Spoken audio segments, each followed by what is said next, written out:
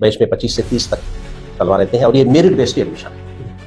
हर साल हमारे स्टूडेंट का प्लेसमेंट होते हैं। सिंपली एमए की मैं बात करूँ, वासिफ इशरत, उसका यहाँ तेलंगाना गवर्नमेंट में कॉलेज में हुआ, बीसंगा रेड्डी उसने ज्वाइन किया। पीएचडी करने के जाहिर सी बात है आपकी मेहनत हमेशा रंग लाएगी। आदाब नमस्कार, मैं शाहिद उमर। मोनाजात नेशनल उर्दू यूनिवर्सिटी में 2025-26 के एडमिशन के लिए नोटिफिकेशन जारी हो चुका है। इस वक्त हम पीआर ऑफिस की जानिब से स्कूल ऑफ लैंग्वेज पहुंच चुके हैं और इस वक्त हम मौजूद हैं डिपार्टमेंट ऑफ उर्दू में। डिपार्टमेंट ऑफ उर्दू के खुद एचओडी प्रोफेसर शमसुल हुदा सर हमारे साथ मौजूद हैं। तो आइए हम इनसे बात करते हैं और जानते हैं इस डिपार्टमेंट की खासियत क्या है, यहाँ पे सीट कितनी है और सबसे जो बड़ा सवाल ये होता है कि यहाँ पे प्लेसमेंट क्या है। मौलाना आज़ाद नेशनल उर्दू यूनिवर्सिटी के रेगुलर कोर्सेज 2004 में शुरू हुए, तो हमारा शोबा जो डिपार्टमेंट उर्दू का है उसी वक्त से अक्टूबर 2004 में हमारा डिपार्टमेंट शुरू हुआ। तो गोया कि 20 साल मुकम्मल हो चुके हैं हमारे डिपार्टमेंट को। और उस वक्त हमारे पास एमए के 2 साल तक कोर्सेज रहे, फिर 2006 में एमफिल और पीएचडी के कोर्सेज शुरू हुए। अब तो एमफिल खत्म हो चुका है, पीएचडी है। देखिए सीटें जो पीएचडी की होती हैं वो हर साल कम ज्यादा होती रहती है, खाली होने की बात करें। हाँ, मास्टर की सीट तो हमारे पास 40 है, तो उसमें जो है 25-30 उमूमन एडमिशन रहते हैं। फिर भी 25-30 हमारे पास हर साल बच्चे रहते हैं और पीएचडी में कम ज्यादा होते रहते हैं। जिस तरीके से सुपरवाइजर के पास सीट खाली होती उतनी तरह से हर साल पीएचडी। तो अब इन 3 सालों में अल्हम्दुलिल्लाह काफी पीएचडी की सीटें हमारे पास आई और एडमिशन हुए। और इसी के हमारे डिपार्टमेंट के तहत मैंने कहा कि एक तो लखनऊ श्रीनगर, दूसरे CUCS, CPDMT और डिस्टेंस एजुकेशन में भी जो वहाँ उर्दू के फैकल्टीज हैं उनको भी हम यहाँ से सुपरविजन के लिए स्कॉलर्स देते हैं। सर यहाँ फैकल्टी कितनी है? हमारे पास देखिए फैकल्टी अभी रेगुलर में जो है 7 हैं, 2 जो है गेस्ट फैकल्टी हैं।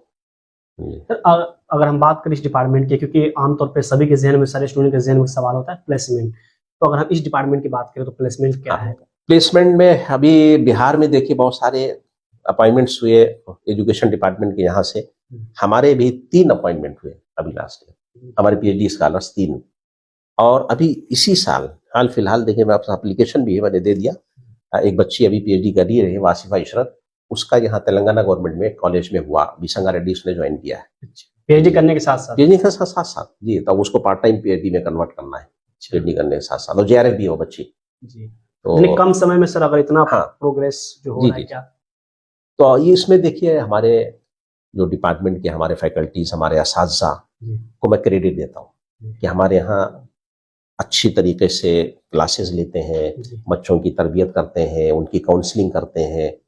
तो इस एतबार से जो है बच्चे यहाँ जो भी आते हैं अल्हम्दुलिल्लाह, तो वो एक उनका एक कंसंट्रेशन होता है कि हम जो है मेहनत से पढ़ें और जॉब में जाएं।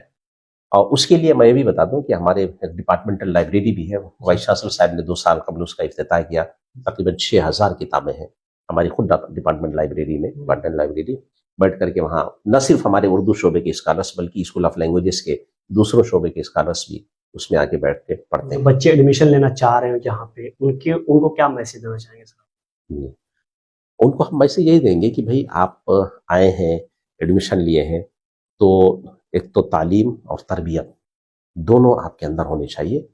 अच्छे से अच्छा आप हिंदुस्तानी बनिए, शहरी बनिए, मुल्क के लिए, कौम के लिए खिदमत करिए इस जज्बे के तहत।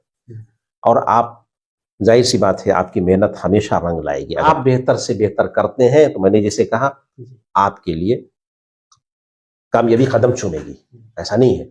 मैं यही मैसेज देता हूं कि जो भी हमारे यहाँ बच्चे आते हैं और यकसुई के साथ मेहनत से आप जिस भी फील्ड में आप महारत हासिल करें और मुल्क के लिए, कौम के लिए खिदमत अंजाम दें, तालीम उसका जरिया बनाएं। बेहद शुक्रिया सर।